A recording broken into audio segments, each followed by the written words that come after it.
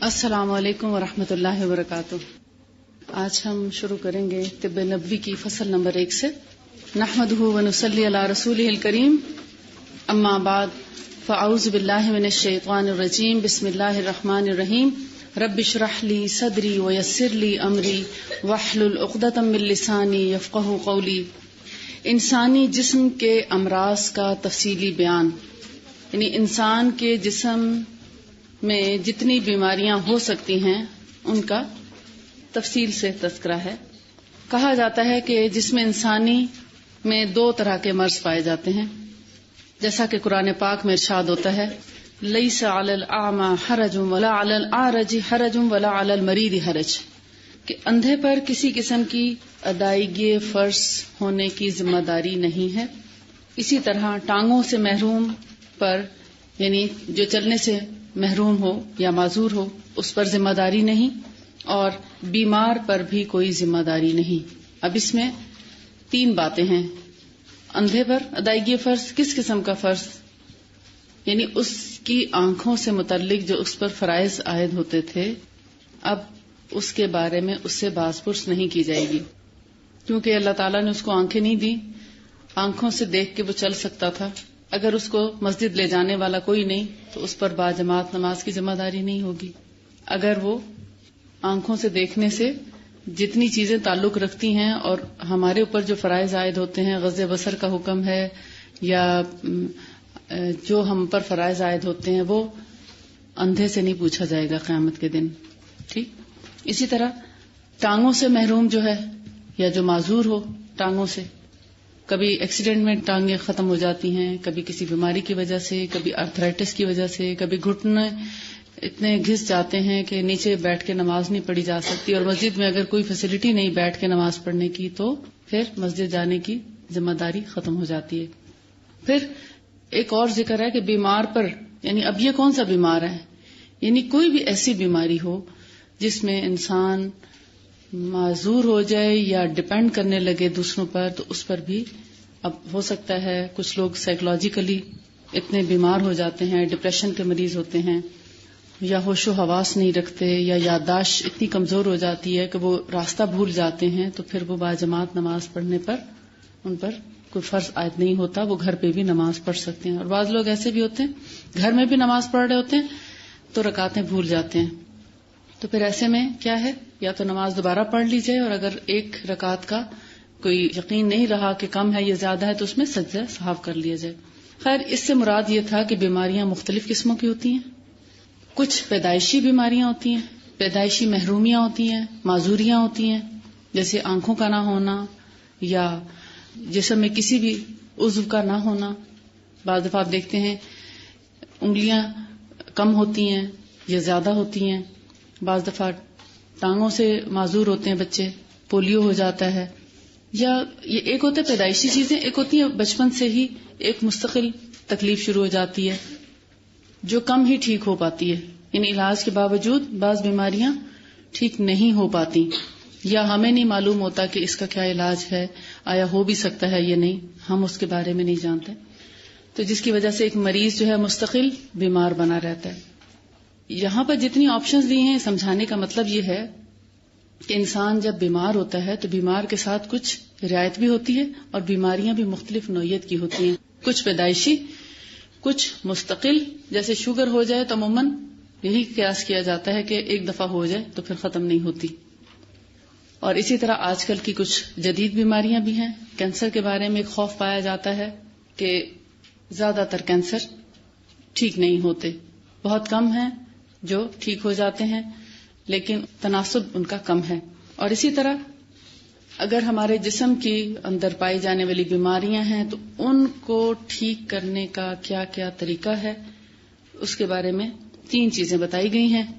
Number 1، حفظان صحت، یعنی بیمار ہونے سے پہلے آپ اپنی صحت کی اس طرح حفاظت کریں کہ آپ بیمار ہی نہ ہوں۔ بیمار ہم کیسے ہوتے ہیں، کب ہوتے ہیں بیمار؟ جب ہم کیئر لیس ہو جاتے ہیں۔ سردی آئی ہے تو سردی کے مطابق کپڑوں کا اہتمام نہ کریں، اپنی خوراک کا اہتمام نہ کریں، سوتے وقت بستر کا اہتمام نہ کریں، اور نہاتے وقت گرم پانی کا اہتمام نہ کریں۔ عموماً ایسے ہی بیمار ہوتے ہیں نا، یا باہر نکلتے وقت اپنے آپ کو پوری طرح کور نہ کریں موسم کے مناسبت سے. ایسا نہیں کہ ابھی معمولی سی ٹھنڈی ہوا چلی اور آپ نے ڈھیر سارے کپڑے پہن لیے، اتنا پسینہ آیا کہ ذرا سا کپڑا ہٹانے پہ ہوا لگی اور آپ اچھے بھلے موسم میں بھی بیمار ہو گئے. تو ہمیشہ گریجولی اپنے کپڑے جو ہیں ان کو گرم کرتے جائیں. جیسے جیسے ٹیمپریچر ڈاؤن ہوتا جاتا ہے اس حساب سے اپنے جو اڑنے کے لیے یا پہننے کے لیے کپڑوں کا استعمال ہے اس کا سلیکشن آپ خود کریں گے. جیسے شروع میں آپ دیکھتے ہیں ہم صرف پنکھے بند کرتے ہیں، لیکن کھڑکیاں دروازے عموماً کھلے رہتے ہیں. پھر آہستہ آہستہ 1 مہینے کے بعد ایسا موسم آتا ہے کہ آپ آہستہ آہستہ دروازے بھی بند کرنا شروع کر دیتے ہیں. پھر ایک وقت آتا ہے کہ آپ اب اپنے جو کپڑے لان کے تھے وہ کاٹن کے ہو جاتے ہیں یا لینن کے ہو جاتے ہیں، اور پھر اس پر اکتفا نہیں کیا جاتا. جب دسمبر جنوری آتا ہے تو پھر شالز اور سویٹرز بھی آ جاتے ہیں، ساکس بھی پہنی جاتی ہیں. تو جیسے جیسے پھر موسم گرم ہونا شروع ہوتا ہے تو آہستہ آہستہ چیزیں کم ہونا شروع ہو جاتی ہیں. یہ ہے بیمار ہونے سے پہلے اپنی حفاظت کرنا. اسی طرح کھانا ایک مناسب مقدار میں کھانا، بہت پیٹ بھر کرنا کھانا، یا ایک ہی وقت میں بہت سی چیزوں کا اکٹھا نہ کرنا. بھوک رکھ کے کھانا، تھوڑی مقدار میں کھانا، مناسب وقت پہ کھانا، اور کھانے کے بعد پھر دوبارہ نہ کھا لینا. یہ ایک صحت مندی کی طرف پہلا قدم ہے کہ آپ کھانا کھائیں تو کھانا کھاتے وقت اس چیز کا خیال رکھیں کہ کھانا بہت پیٹ بھر کے نہ کھائیں، اور کھانا کھا لیے تو ابھی تھوڑی دیر بعد کوئی اور کچھ کھا رہا ہے تو پھر اس کے ساتھ مت کھانا شروع ہو جائیں. کیوں؟ اب آپ کھا چکے. کھانے پہ کھانا اب آگے جا کے آپ پڑھیں گے بیماری کو دعوت دینا ہے. تو لہٰذا کھانا ہم کس لیے کھاتے ہیں؟ بھوک مٹانے کے لیے، اپنے جسم کو انرجی پہنچانے کے لیے. لیکن اسی کھانے کو جب آپ دوبارہ کھا لیں گے، مثلا آپ اپنا کھانا کھا چکے تھے، آپ کے گھر میں مہمان آ گئے، آپ نے ان کے آگے کھانا رکھا، انہوں نے کہا آپ بھی کھائیں، تو آپ پھر کھانے بیٹھ گئے. کھانا تو وہ ہے جو آپ اپنے اندر انرجی پیدا کرنے کے لیے، اپنی بھوک مٹانے کے لیے، اپنے جسم کی قوت کو بحال کرنے کے لیے کھا رہے ہیں. مگر وہی کھانا جب آپ جلدی دوبارہ کھا لیں گے تو کیا ہوگا؟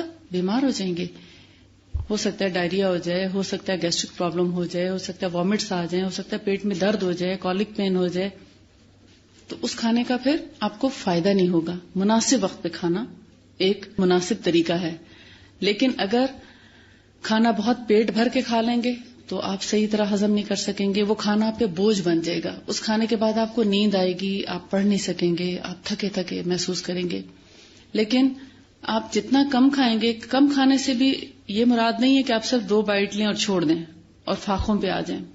ہر انسان کی بھوک کی اور کھانے کے جو مقدار ہے اس کا ریشو فرق ہوتا ہے.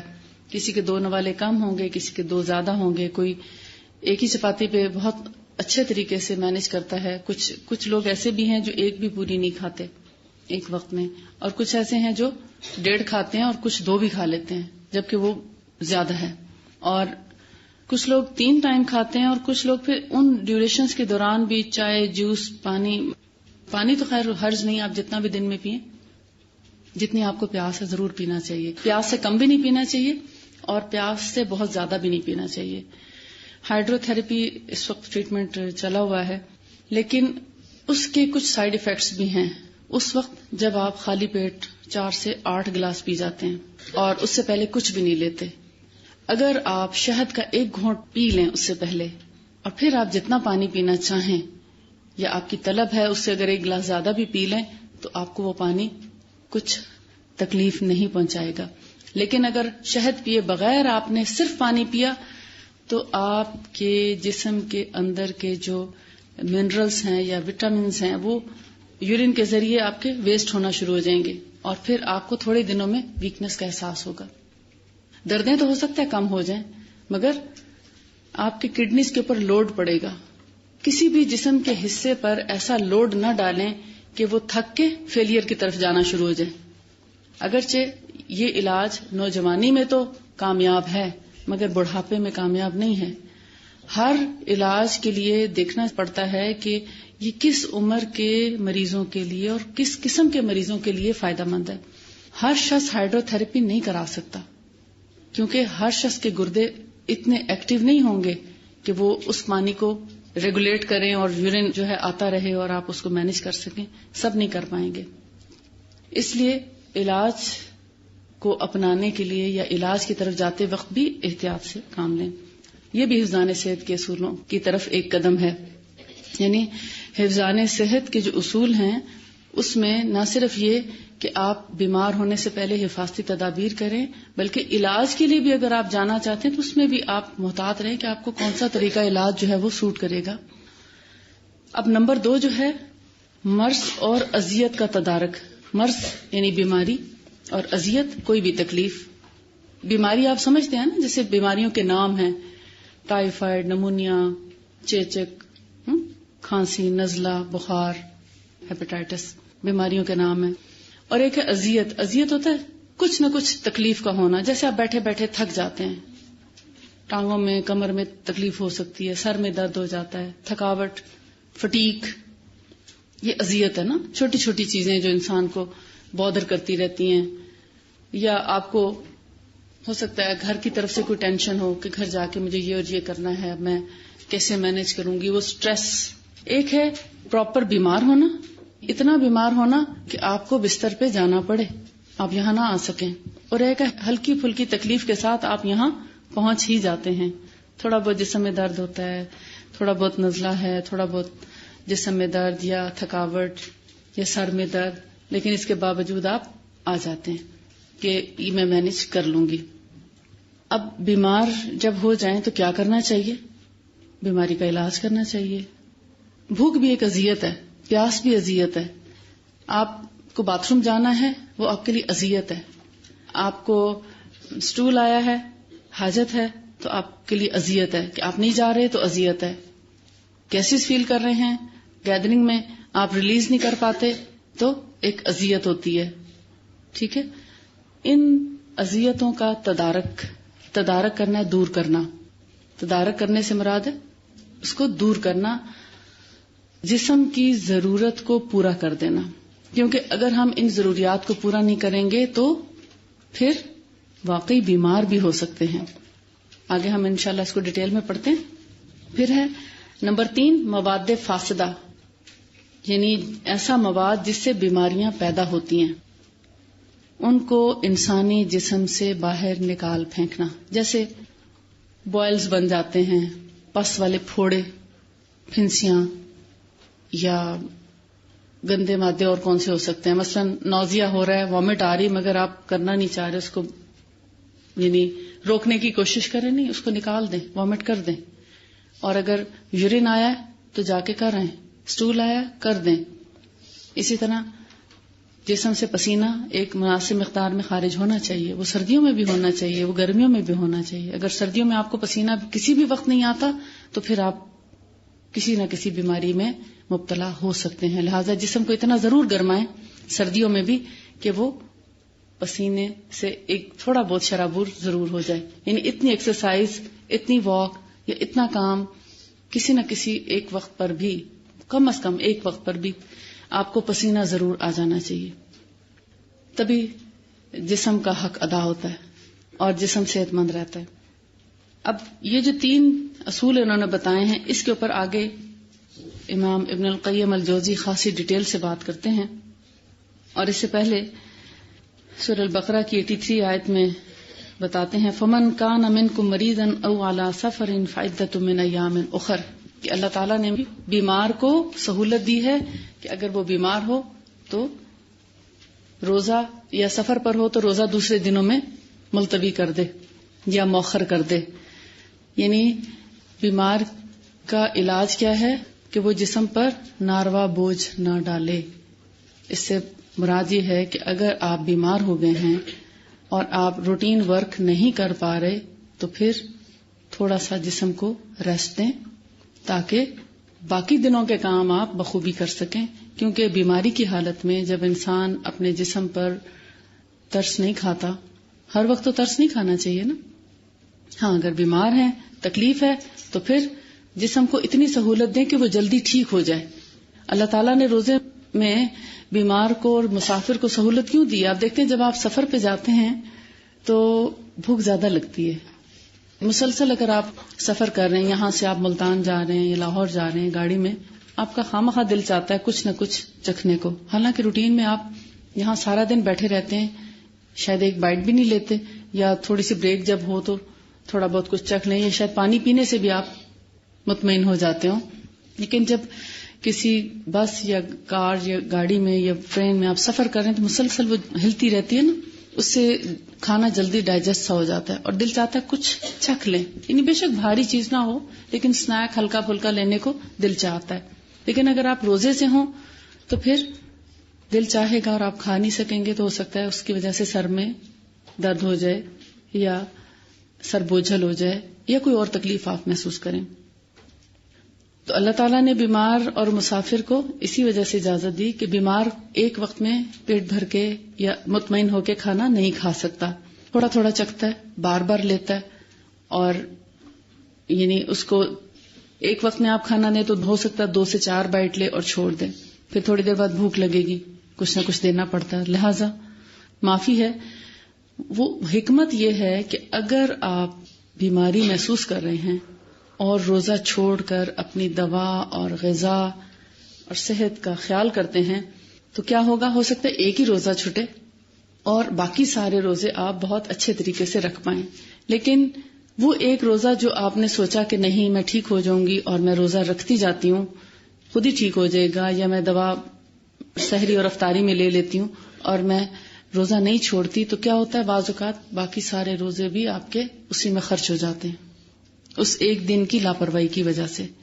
اگر اس نیت سے آپ روزہ چھوڑیں کہ میں اس لیے روزہ چھوڑ رہی ہوں کہ آج میں اپنا بھرپور خیال رکھوں تاکہ میں باقی جو 20-25 دن کے روزے ہیں وہ صحیح طریقے سے رکھ پاؤں، تو وہ روزہ چھوڑنا آپ کے لیے برا نہیں ہے، وہ فائدہ مند ہے، کیونکہ آپ نے اپنی صحت کی حفاظت وقت پہ کر لی. اسی اصول کو مد نظر رکھتے ہوئے رائٹر نے آگے یہ 10 چیزیں بیان کی ہیں. اگر ان میں آپ دیکھیں، احتباس، اس میں کہتے ہیں کہ جن چیزوں سے احتباس اور استفراغ، احتباس کہتے ہیں حبس سے ہے، احتباس ہے بے سین، حبس، جیسے جولائی اگست میں حبس ہو جاتی ہے نا، وہ کیا ہوتا ہے، ہوا رک جاتی ہے تو ہم کہتے ہیں حبس ہو گئی، یا دروازے آپ بند کر دیں تو کہتے ہیں نہیں اندر بڑی حبس ہے. کیا ہوتا ہے، ہوا رک جاتی ہے، وینٹیلیشن ختم ہو جاتی ہے، ہوا کا گزر ختم ہو جاتا ہے تو حبس ہو جاتی. احتباس اسی سے ہے، یعنی کسی بھی چیز کا روک دینا یا رک جانا. اور استفراغ کہتے ہیں چل پڑنے کو، فراغت سے ہے، فراغ، فرغا، غین، فرغ، استفراغ یعنی فارغ ہونا یا فارغ کرنا، جسم سے وہ چیزیں نکال باہر پھینکنا یا جسم کو ان چیزوں سے فارغ کر دینا، فراغت، استفراغ. کلیئر ہو گیا؟ احتباس کا مطلب ہے رک جانا یا روک دینا، اور استفراغ نکال دینا یا نکل جانا. کہتے ہیں جس میں انسانی جن چیزوں کے روکنے یا زیادہ مقدار میں خارج ہونے سے بیمار ہوتا ہے، کہتے ہیں بہت زیادہ خارج کرنے سے بھی، ہائیڈرو تھراپی کریں گے، یورین زیادہ لائیں گے تو اس سے بھی آپ کو کئی بیماریاں ہو سکتی ہیں، اور اگر آپ روک دیں گے، یورین بہت دیر تک نہیں کریں گے تو بھی بیمار ہوں گے. وہ کہتے ہیں ان کو بیلنس طریقے سے لے کے چلنا چاہیے ان 10 چیزوں سے، تو آپ بہت سی بیماریوں سے بچے رہ سکتے ہیں. اور یہ 10 چیزیں جو ہیں ان کو آپ اپنے پاس لکھ لیں اور اس کے اوپر غور کیجئے کہ ہاں واقعی یہ چیزیں آن دا ہول ہماری ہیلتھ کو امپروو کرنے کے لیے بڑی ہی کارآمد چیزیں ہیں اگر ہم ان اصولوں کو مد نظر رکھیں. ان میں سے ایک بھی چیز جب آپ پوری نہیں کرتے، جس میں انسانی کی جو ضرورت ہے اس کو پورا نہیں کرتے، تو کیا ہوتا ہے، آہستہ آہستہ وہ کسی نہ کسی بیماری کی شکل میں سامنے آتی ہے. تو آئیے دیکھتے ہیں وہ 10 چیزیں کون سی ہیں. نمبر 1، خون کا جوش مارنا، جسے ہیجان دم کہتے ہیں، یعنی رک جانا. اب آپ کہیں گے ہیجان دم کیا ہوتا ہے؟ ہیجان کس کو کہتے ہیں؟ ایموشنز، یا یعنی جوش جس کو کہتے ہیں نا، جوش، جذبہ. اب خون جو ہے جوش کب مارتا ہے؟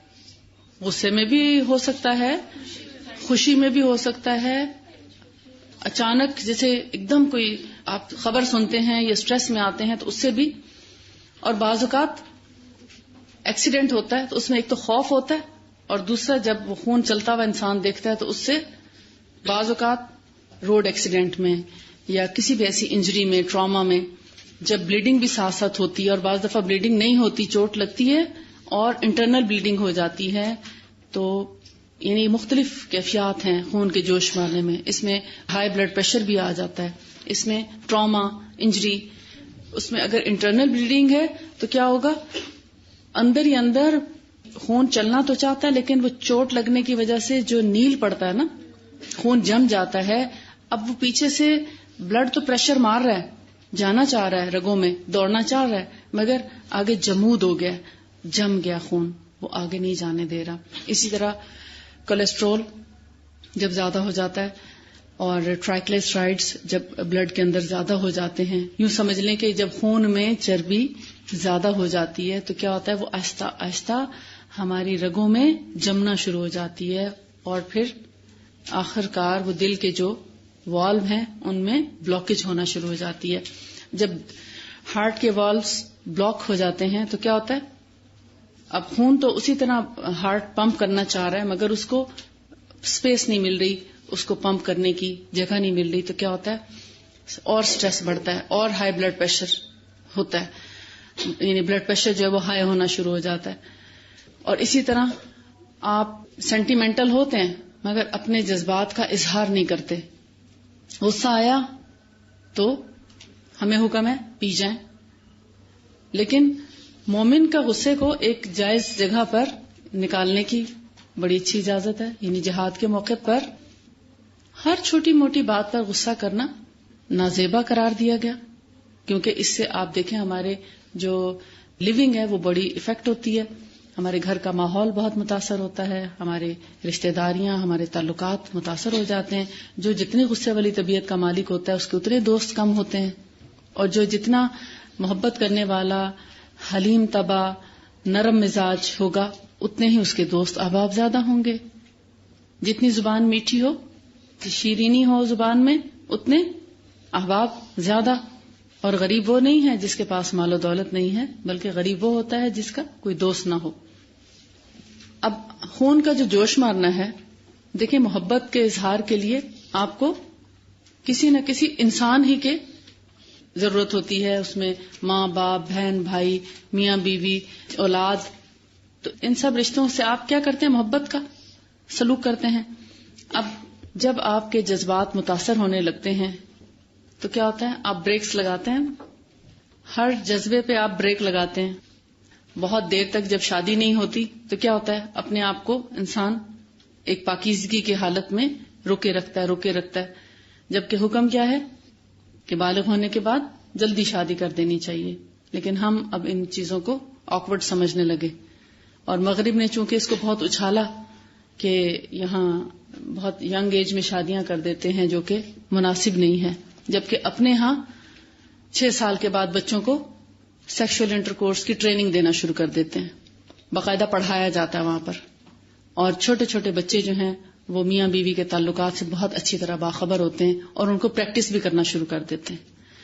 وہاں ان کو کچھ پابندی نہیں ہوتی. لیکن ہمارے ہاں ایک جائز دائرے کے اندر اگر بلوغت کے بعد نکاح کا حکم دیا گیا تو اس کو وہ برا سمجھتے ہیں، کیونکہ بیسیکلی وہ ایک خاندانی نظام کو توڑنے کی کوشش ہے.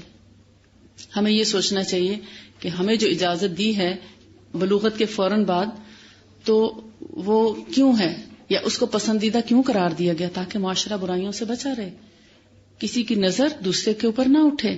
اور پھر غیر شادی شدہ کو پھر بھی تھوڑا سا پیچھے رکھا ہے، جبکہ بیوہ اور رنڈوا کو پہلے، اگر کوئی بیوہ یا رنڈوا ہے اس کی شادی کماری سے بھی پہلے کی جائے، کیونکہ وہ پریکٹس میں تھا یا تھی، تو اس کو پہلے سے اس کی کوئی نہ کوئی یعنی کہ شادی کا بندوبست کرنا چاہیے. جبکہ ہمارے ہاں اگر ایک دفعہ کسی کی ڈیتھ ہو جائے یا طلاق ہو جائے تو دوبارہ اس سے کوئی شادی نہیں کرتا، یعنی ایک معیوب چیز سمجھی جاتی ہے، جبکہ ایسا اسلام میں تو نہیں ہے.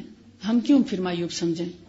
اور آگے اگر دوسرا آپ پڑھیں، یعنی پہلا ہے نا خون کا جوش مارنا، جسے ہجان دم کہتے ہیں، رک جانا، یعنی اس سے بہت سی بیماریاں پیدا ہوتی ہیں انسانی جسم میں. لہذا چاہے وہ جوش جذبات کا ہے، چاہے وہ خون کا ہے، بلڈ سرکولیشن کا ہے، یا بلڈ کسی نہ کسی وجہ سے اگر بلاک ہو رہا ہے تو اس کو سرکولیٹ کرنے کی کوشش کی جائے. اچھا، اس میں ایک اور چیز بھی رہ جاتی ہے، ہم دوسرے پہ تب جاتے ہیں. جیسے بعض اوقات کچھ لوگوں کے پاؤں بہت ٹھنڈے رہتے ہیں. آپ میں سے کتنے لوگوں کے پاؤں زیادہ ٹھنڈے رہتے ہیں؟ تقریباً آدھی کلاس کے ہوں گے. یہ دیکھ لیجئے آپ ریشو، یعنی کچھ لوگوں کے پاؤں زیادہ ٹھنڈے رہتے ہیں اور کچھ لوگوں کے پاؤں سردیوں میں بھی جلتے ہیں. ہیں کچھ لوگ ایسے جن کے پاؤں کی جلن ہوتی، ساکس نہیں پہن سکتے. کتنے لوگ ہیں؟ کچھ لوگ ایسے ہوتے ہیں جو سر سے پاؤں تک ٹھنڈے رہتے ہیں.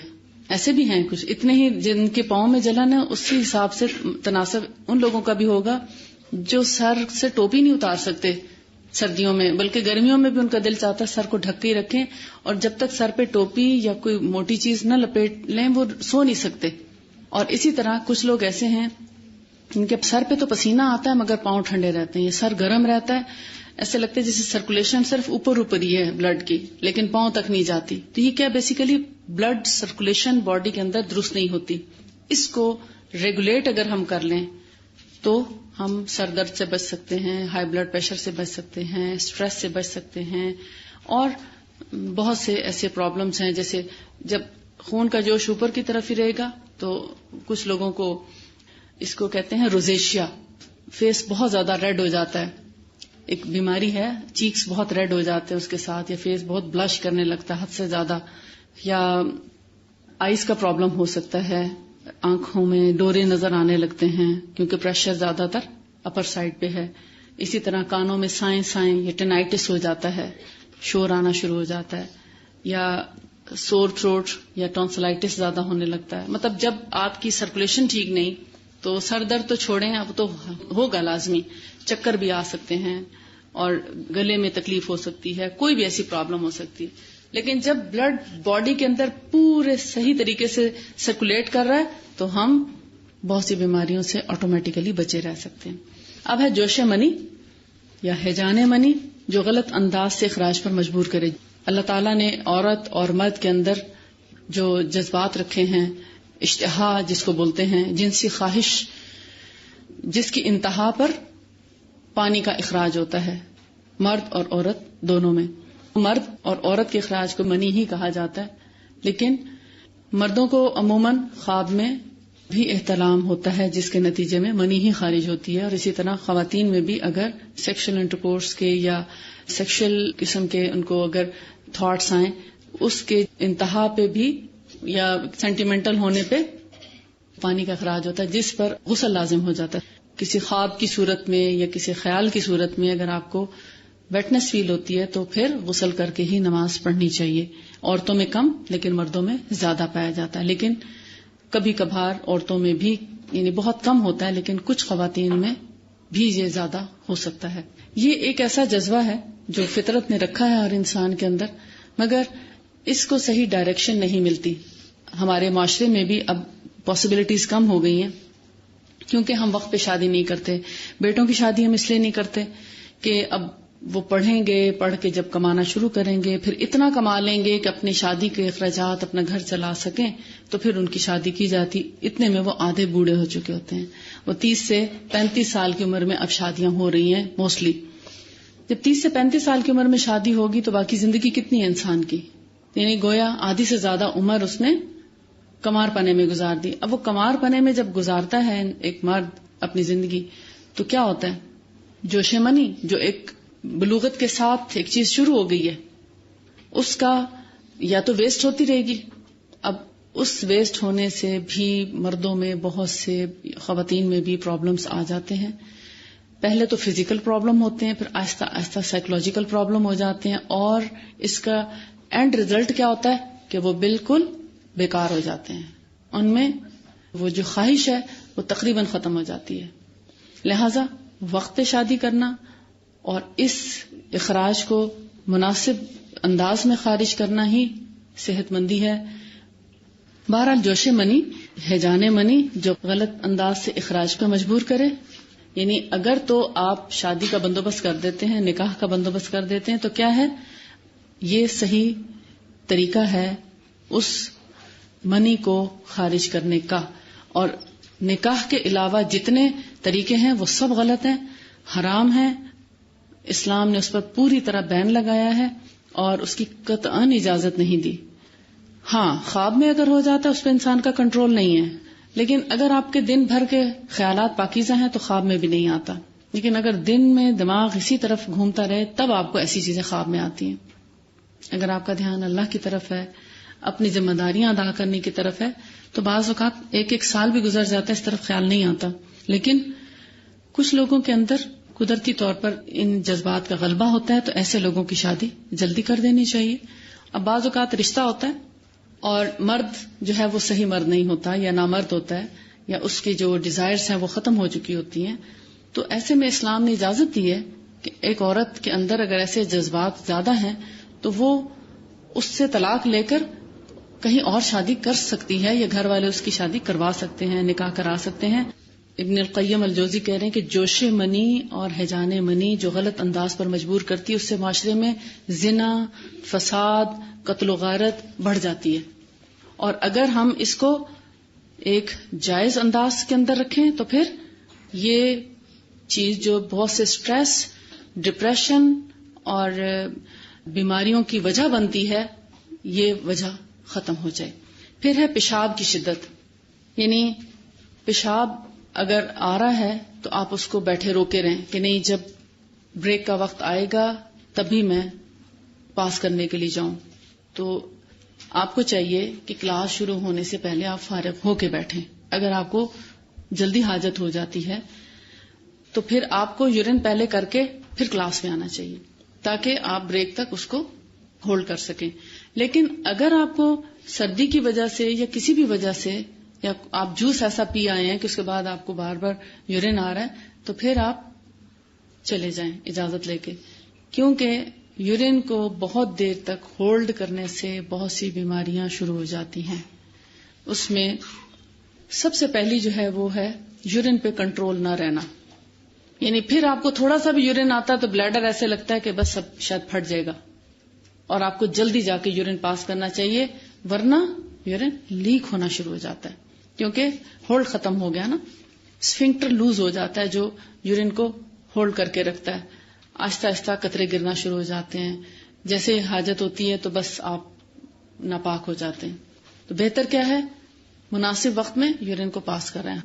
مثلا آپ کو کبھی مارکیٹ جانا پڑا ہے، یا جیسے آپ کی کبھی پکنک کا ہوتا ہے پروگرام، یا آپ کسی سفر پہ جاتے ہیں، لمبی فلائٹ ہے، اب آپ کو باتھ روم اچھا نہیں لگتا، کہ آپ کا دل نہیں چاہتا کہ اس ٹوائلٹ کو یوز کیا جائے، تو پھر آپ یورین ہولڈ کیے رکھتے ہیں، اور جب تک سفر ختم ہوتا ہے تو آپ ایک اذیت سے دوچار رہتے ہیں. اور پھر اس کے بعد آپ کو یورین ہولڈ ہی نہیں رہتا. آہستہ آہستہ بلیڈر کو ویک کرتا ہے یورین کا بہت دیر تک ہولڈ کرنا. پھر ہائیڈرونیفروسس یعنی وہ بیکٹیریل انفیکشن ہونے کا بھی خطرہ ہوتا ہے. پھر پیشاب میں جلن کا مرض بھی اسی سے شروع ہوتا ہے، کیونکہ بعض اوقات کچھ قطرے پیشاب کی نالی میں آ کے رکے رہتے ہیں، آپ پاس آؤٹ نہیں کرتے تو وہ انفیکشن کر دیتے ہیں، کیونکہ ہے تو گندگی، اس کو جسم سے پاک صاف کر دینا چاہیے. اسی طرح پخانے کا زور، یعنی سٹول آیا ہے، آپ کو حاجت ہو رہی ہے کہ آپ کو باتھ روم جانا چاہیے، جا کے پخانا کر دیں. آپ چاہے گھر میں ہیں، کسی کام میں، کبھی دعوت میں لگے ہوتے ہیں، آپ کہتے ہیں اچھا بھی جاتی ہوں، اور آپ نہیں جاتے، اور پھر وہ ایک وقت آتا ہے حاجت رک جاتی ہے. کلاس میں بیٹھے ہیں، کہتے ہیں اچھا یہ لیکچر ختم ہو تو پھر جاؤں، کیونکہ بیسٹ روٹین کیا ہے، صبح صبح یہاں آنے سے پہلے پیٹ صاف ہو جانا چاہیے. اس صاف کرنے کے لیے یہ مراد نہیں کہ اب جا کے آپ زور لگائیں اور پریشر ڈالیں اور فشر ہو جائے اور خدا نخواستہ پائلز ہو جائیں، یا کچھ اور زور لگانے سے بھی ہارٹ پرابلم بھی ہو سکتا ہے. پخانے پہ کبھی زور نہیں لگانا چاہیے، نیچرلی آنا چاہیے. اس پہ زیادہ پش کرنے سے دل کی تکالیف، دل کے امراض شروع ہو سکتے ہیں. وہاں پر اینل فشر ہو سکتا ہے. فشر ہوتا ہے باقاعدہ ایک کٹ آ جاتا ہے، ٹیئر آ جاتا ہے، جس سے پھر بلیڈنگ شروع ہو جاتی ہے. یا بہت زیادہ پش کرنے سے قبض ہو اور پش کرتے کرتے پائلز ہو جاتی ہیں، بواسیر ہو جاتی ہے. بہت زیادہ پش بھی نہیں کرنا چاہیے، لیکن بہت دیر تک ہولڈ بھی نہیں کرنا چاہیے، کیونکہ زیادہ دیر ہولڈ کرنے سے اسٹول ہارڈ ہو جائے گا تو بھی فشر ہوگا. اب ایک دفعہ اگر آپ کو حاجت ہو، آپ نے اپنے آپ کو روک لیا، دوسری دفعہ آپ کو موومنٹس بہت سلو آئیں گی، موومنٹس ہی ختم ہو جاتی ہیں، بال موومنٹس. آپ دیکھتے ہیں جب آپ کو اسٹول آتا ہے تو پیٹ میں ہلکا سا مروڑ اٹھتا ہے، دل چاہتا ہے کہ بس جلدی سے جائیں اور فارغ. اس وقت اگر آپ فوراً چلے جائیں تو پیٹ بالکل صاف ہو جاتا ہے، اور اگر تھوڑا سا انتظار کریں تو پیٹ بہت ہی اچھی طریقے سے صاف ہو جائے. لیکن اگر آپ پہلے تو روکے رکھیں اور پھر جائیں تو جلدی سے بس واپس آ جائیں، کھل کے حاجت نہ ہونے دیں. یعنی 1 منٹ میں آپ باتھ روم سے واپس آ جائیں تو کیا ہوگا، آدھا سٹول آپ نے پاس کیا، آدھا آپ ایسے ہی اٹھ کے آ گئے. تو یہ گریجولی قبض بن جاتی ہے، یا پھر پائلز ہو جاتی ہیں، یا پھر گیسٹرک پرابلم شروع ہو جاتی ہے، یا پھر مستقل قبض کا عارضہ شروع ہو جاتا ہے. قبض کی بھی مختلف قسمیں وہ ہم انشاءاللہ قبض کے باب میں پڑھیں گے. اور پھر ہے ہوا کا رک جانا. ہوا کیا ہے؟ ہوا کہتے ہیں گیسز، یعنی آپ جب کھانا کھاتے ہیں تو برب آتا ہے، ڈکار آتا ہے کھانا کھانے کے بعد. چھوٹے بچے کو بھی دودھ پلاتے ہیں تو ڈکار دے کے اس کو لٹاتے ہیں. اس سے پہلے اگر لٹا دیں تو وہ الٹی کر دیتا ہے، وامٹ کر دیتا ہے. اور اگر جیسے کھانا ہضم کے دوران پھر کیا ہوتا ہے، آپ کو گیسز ریلیز بھی کرنا پڑتی ہیں، اور اگر آپ ریلیز نہ کریں تو پھر بلوٹڈ فیلنگ ہوگی، پیٹ بھرا بھرا سا، پیٹ بڑھ جائے گا اور عجیب سا تناؤ فیل ہوگا. اس کے علاوہ اور بھی بہت سے گیسز کی وجہ سے بھی بلڈ پریشر ہوتا ہے. بلڈ پریشر کی بہت سی وجوہات ہیں جن میں ایک گیسٹرک پرابلم بھی ہے. یعنی جب آپ گیسز ریلیز نہیں کرتے تو وہ پھر اندر ہی اندر، یعنی اس کو کہتے ہیں کہ ایک تو اپہارا ہوتا ہے نا پیٹ میں، پیٹ پھول سا جاتا ہے، وہ ایک الگ چیز ہے. لیکن گیسٹرک پرابلم کچھ لوگوں میں ہائی بلڈ پریشر بھی کاز کرتا ہے. تو اس لیے گیسز کا نیچرلی ریلیز کرنا بھی بہت سی بیماریوں سے نجات کا باعث بنتا ہے. پھر ہے قے کا رک جانا. قے یعنی وامٹ، الٹی جس کو عام طور پہ بولا جاتا ہے، یعنی کچھ بھی کھایا پیا واپس الٹ جائے تو اس کو قے بولتے ہیں. مختلف قسموں کی ہوتی ہے، مختلف وجوہات ہیں. حمل کی متلی اور قے بھی ہوتی ہے. پریگننسی کے دوران آپ دیکھتے ہیں اکثر سب کو نہیں ہوتی لیکن اکثر خواتین کو الٹی آتی ہے، قے آتی ہے. قے اگر آ رہی ہے تو اس کو کر دینا ہی بہتر ہے. لیکن اگر بہت زیادہ قے آ رہی ہے، بار بار ہر چیز کھائی پی نکل رہی ہے تو پھر کیا، اس کو کنٹرول بھی کرنا چاہیے. لیکن اگر ہلکی پھلکی قے آ جاتی ہے، یا بعض بیماریاں ایسی ہیں جن میں قے کرنے کی ضرورت پیش آتی ہے. مثال کے طور پر کوئی بچے یا بڑے زہریلی چیز کھا گئے، پتہ نہیں چلا، تو پھر کیا ہے، ایسے کو قے کرا دینا چاہیے. یعنی بعض اوقات قے کی ضرورت بھی پیش آتی ہے، قے کرانے کی. کچھ غلط کھا جانا یا باسی کھا جانا یا بہت زیادہ کھا جانا یا زہریلی چیز کا اندر چلا جانا، تو ایسے میں یعنی معدے کو واش کرنے کے لیے وامٹ بھی کرائی جا سکتی ہے اور وامٹ سے بھی علاج کیا جاتا ہے. بعض اوقات گرمی کے موسم میں حکیم جو ہیں وہ خاص طور پر بھی قے کرواتے ہیں.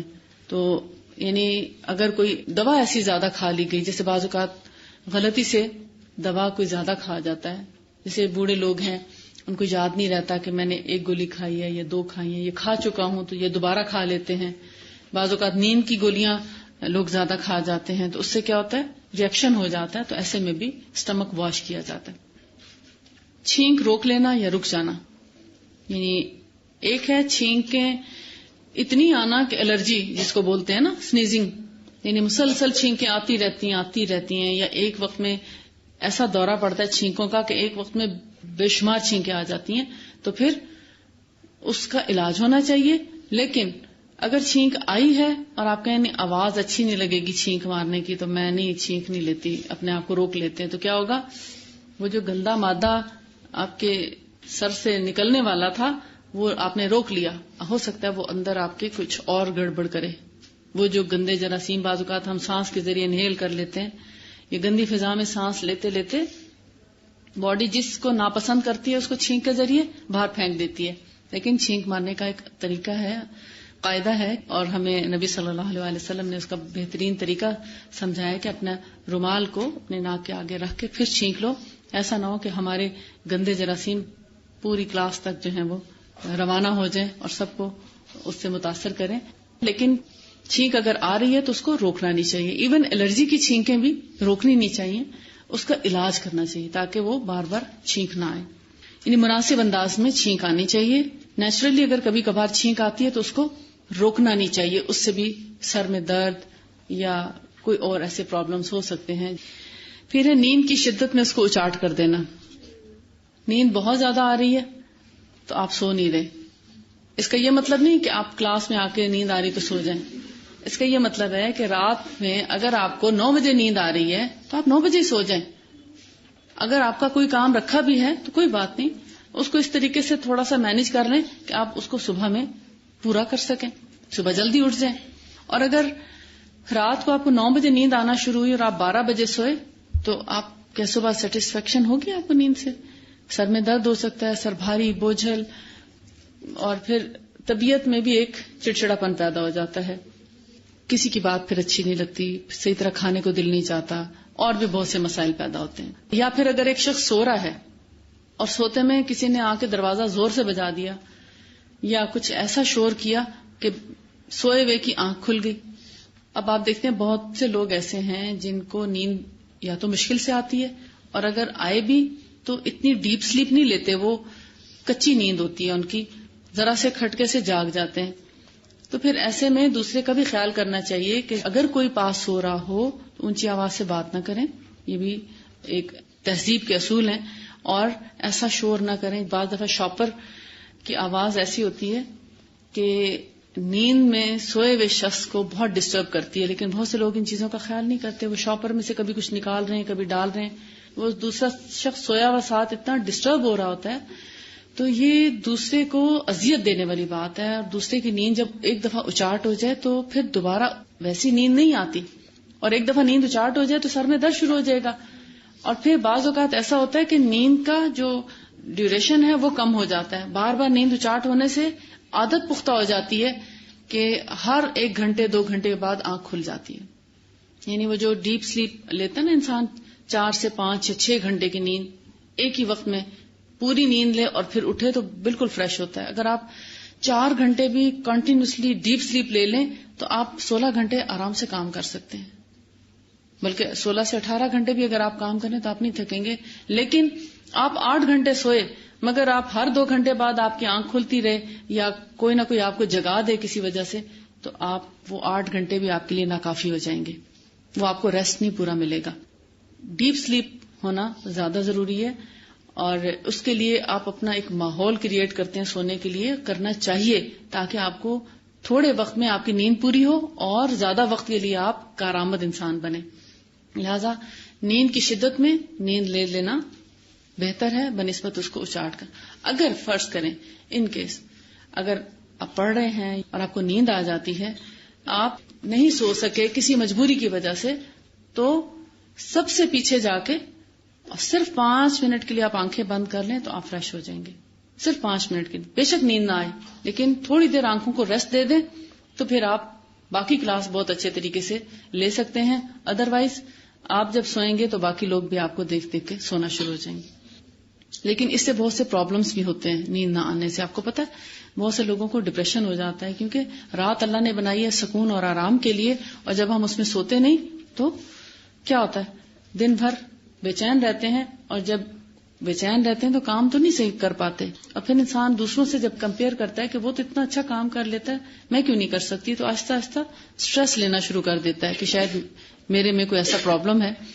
تو وجعلنا اللیل لباسا وجعلنا النہار معاشا, اگر ہم اسی پہ عمل کریں کہ رات ہم سو جائیں اور دن میں ہم کام کریں تو فطرت کے مطابق جب ہم آئیں گے تو ہم بہت سی بیماریوں سے بچے رہیں گے. پھر اب نمبر 9, بھوک کی شدت. بھوک کی شدت میں کھانا کھا لینا چاہیے, اپنے آپ کو بہت بھوکا زیادہ دیر تک نہیں رکھنا چاہیے.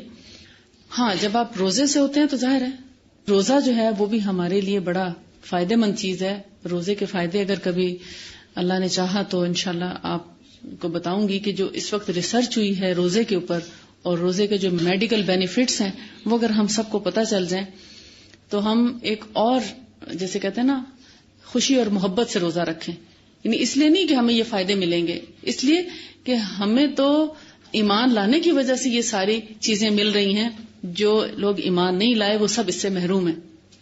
1 مہینے کے مسلسل روزے رکھنے سے ہمارا جگر اتنا صحت مند ہو جاتا ہے, اتنا فریش ہو جاتا ہے کہ 11 مہینے تک وہ ہمارے جسم کو بہت سی بیماریوں سے بچائے رکھتا ہے, اور ہمارے جسم کے اندر جتنے گندے مادے ہوتے ہیں وہ روزے کی حالت میں سب خارج ہو جاتے ہیں. ڈیٹاکسیفائی کرتا ہے باڈی کو, ریفریش کرتا ہے, اور بہت سے فائدے ہیں روزے کے.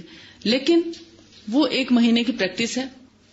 البتہ جب آپ روٹین میں روزے سے نہ ہوں تو بھوک لگے تو کھانا کھائیں. اس کا یہ بھی مطلب ہے کہ بغیر بھوک کے کھانا بھی نہ کھایا جائے, بلا وجہ مت کھائیں. بعض لوگ ہوتے ہیں نا, کسی کو کھاتا دیکھتے ہیں تو کہتے ہیں مجھے بھی کھانا ہی چاہیے, اب ضرور کچھ کھا لینا چاہیے, وہ کھا رہا ہے لہذا مجھے بھی کھانا چاہیے, مجبور ہو جاتے ہیں کھانے پہ.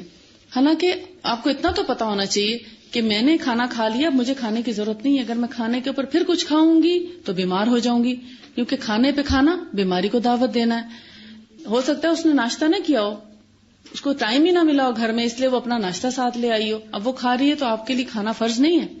آپ نے کھانا کھا لیا, اب آپ اپنے ٹائم پہ کھانا کھائیں.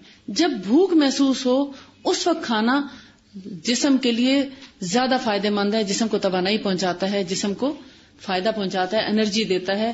لیکن کھائے ہوئے پیٹ کے اوپر پھر کھا لیں گے تو وہ الٹا جسم کو بیمار کرے گا. پھر ہے پیاس کی شدت, آخری نمبر 10. جب آپ کو پیاس لگی ہو تو پانی پی لیں, یہ اس کا علاج ہے. جسم کو خشکی سے بچانے کے لیے, جسم کے اندر پانی کے مقدار کو اعتدال پر رکھنے کے لیے, خون کے دوران کو مناسب انداز میں رواں رکھنے کے لیے, یعنی دوران خون جو ہے مناسب انداز میں جاری رہے, اس کے لیے پانی کی خاص مقدار جو ہے جسم کو چاہیے ہوتی ہے. تو جتنی آپ کو پیاس لگے اس کے مطابق پانی ضرور پئیں. اگر آپ کو بار بار پیاس لگتی ہے تو آپ اپنے پاس پانی کی بوتل لے کے رکھیں تاکہ آپ کو بار بار اٹھ کے باہر نہ جانا پڑے. اور اگر آپ کو بالکل پیاس نہیں لگتی تو پھر بھی جسم کی ضرورت کو مد نظر رکھتے ہوئے دن میں کم از کم 3 سے 4 گلاس آپ پانی ضرور پی لیں. ہر کھانے سے پہلے اگر آپ 1 گلاس پانی پی لیں کچھ دیر پہلے تو آپ کا معدہ جو ہے وہ کھنگالا جاتا ہے. جیسے آپ کسی برتن کو دھوتے ہیں تو اس طرح آپ کا معدہ بھی واش ہو جاتا ہے. اور اس کے بعد جب آپ کھانا کھاتے ہیں تو کھانا ایک مناسب انداز میں پھر کھایا جاتا ہے, بہت زیادہ آپ کھانا نہیں کھاتے. پھر وہ جو پہلا پانی پیا ہوا ہے آپ کا, کھانے کو ہضم کرنے میں, جزو بدن بننے میں مدد دیتا ہے, جسم کو قبض سے بچاتا ہے اور اسکن کے اوپر آنے والی خشکی کو بھی کم رکھتا ہے. لیکن جو لوگ پانی کم پیتے ہیں پھر ان کو یا تو قبض کا مسئلہ ہوتا ہے یا سر درد بھی ہو سکتا ہے پانی کی کمی کی وجہ سے, اور پھر اسکن پہ آہستہ آہستہ ڈرائینس آنا شروع ہو جاتی ہے. سب سے پہلے سر میں شروع ہوتی ہے خشکی. تو سر کی خشکی کا ایک طرح سے علاج بھی ہے کہ آپ جسم کے اندر پانی کی کمی کو نہ ہونے دیں, اس کو پورا کیے رکھیں. تو آپ دیکھیں کہ جب ان 10 چیزوں کا آپ خیال رکھیں تو باقی کتنی بیماریاں ہیں جو بچ جاتی ہیں. یعنی باڈی کو اعتدال پہ رکھنے کے لیے, جسم کو اعتدال پہ رکھنے کے لیے ان 10 چیزوں کا آج سے اہتمام کرنا شروع کریں. بھوک لگے تو کھانا کھائیں, اور جتنی بھوک ہے اس سے تھوڑا سا کم کھانا کھائیں. پھر پیاس لگے تو پانی پئیں, لیکن اگر بالکل نہ لگے تو کچھ پانی ضرور پئیں, جسم کو ضرورت ہوتی ہے پانی کی. اور اسی طرح باقی جتنی چیزیں ہیں کہ اگر حاجت ہو رہی ہے, وامٹ آ رہی ہے یا یورین آیا ہے, سٹول پاس کرنا ہے, تو جا کے اپنے جسم کو اس اذیت سے بچا لیں. ادروائز ان سب چیزوں کے روک دینے سے یا ان کو مجبور کرنے سے کیا ہوگا, بیماریاں پیدا ہوں گی, اور یہ بیماریاں آگے چل کر پھر بڑی بڑی بیماریاں بن جاتی ہیں. آج آپ آدھے حکیم تو بن گئے ہوں گے انشاءاللہ, کیونکہ جتنی چیزیں آپ نے آج پڑھ لی ہیں شاید اس پر آپ نے پہلے کبھی اس طرح غور نہ کیا ہو. کیونکہ بھوک تو سب کو لگتی ہے, جو بھی انسان پیدا ہوتا ہے بچے بھی کو بھی اس کو بھی ضرورت ہوتی ہے, بھوک لگتی ہے, تبھی وہ کھانا بھی سیکھ لیتا ہے, دودھ پینا سیکھ لیتا ہے. اور اگر ہم ان چیزوں کا خیال نہ رکھیں تو پھر آہستہ آہستہ بیماریاں ہمارے قریب آنے لگتی ہیں. باقی رہ جاتا ہے دل کا علاج. دل کی بیماریاں جو ہم نے کل پڑھی تھی, شک و شبہ کی بیماری اور شہوت کی بیماری, تو اس کا علاج سب سے بڑا سورس قرآن اور سنت ہے, حدیث پاک. 26 پیج پہ رائٹر کہتے ہیں کہ رہ گیا دل کا علاج تو اس کا حق انبیاء اور رسول علیہ السلام کے لیے ہی تسلیم شدہ ہے. یعنی اللہ کے نبی جو آئے ہیں وہی دلوں کا علاج کرتے رہے سب سے بہتر, اور انہی سے اس کا علاج سب سے زیادہ ممکن ہے. اس لیے کہ دلوں کی صحت اور اصلاح تو یہی ہے کہ وہ اپنے پروردگار کو پہچاننے والے ہوں اور اپنے پیدا کرنے والے کو پہچانتے ہوں, اس کے نام اور اس کی صفات اور اس کے کاموں اور اس کے احکام سے پوری طرح واقف ہوں, اور اللہ تعالیٰ کی خوشنودی اور اس کی پسندیدگی کی جانب ان کا رخ ہو. یعنی اللہ کی رضا کی خاطر کام کرنے والے ہوں, اللہ کی خاطر بہت سی چیزوں سے رکنے والے ہوں، اور اس کی مناہی یعنی اس نے جن باتوں سے روکا ہے اور غصے کی باتوں سے پرہیز کرنے والے ہوں. ایسی بات بھی نہ کریں جس سے دوسرے کو غصہ آئے، اور نہ دوسروں کی باتوں سے خود مشتعل ہو کر غصہ آنے دیں، اس لیے کہ دل کی صحت اور اس کی زندگی ان چیزوں کی رعایت کیے بغیر ممکن ہی نہیں. یعنی روحانی بیماریاں یا ایسی بیماریاں جو جسمانی نہ ہوں وہ غم، غصہ، خوف سے پیدا ہوتی ہیں. لہذا غم، غصہ، خوف پیدا ہونے سے اپنے آپ کو بچانے کی کوشش کریں. اور ان تمام بیماریوں کے علاج کا جو حصول ہے وہ انبیاء علیہ السلام کے ذریعے ہی ہے. لہذا جو اللہ کے نبی کی اطاعت کرے گا اس کی صحت سب سے زیادہ اچھی ہوگی. لہذا دل کی زندگی جو ہے وہ قرآن اور سنت کے مطابق عمل پر ہے. اگر قرآن دل میں نہیں ہے تو وہ دل مردہ ہے. اور قرآن ایک ایسی روشنی ہے، ایک ایسا نور ہے جو ہمیں صحت مندی کی طرف لے کر آتا ہے، یعنی ہمیں راستہ دکھاتا ہے صحت مندی کا، نہ صرف یہ کہ روحانی طور پر بلکہ جسمانی طور پر بھی. آج سے جو آپ نے 10 چیزیں آج پڑھی ہیں ان پر عمل کرنا شروع کریں. اپنے جسم کو ان تکالیف سے بچائیں جو آج تک آپ اس کو پہنچاتے آئے ہیں. وآخر دعوانا ان الحمد للہ رب العالمین. سبحانک اللہم و بحمدک نشہد ان لا الہ الا انت نستغفرک و نتوب الیک. السلام علیکم و رحمۃ اللہ وبرکاتہ.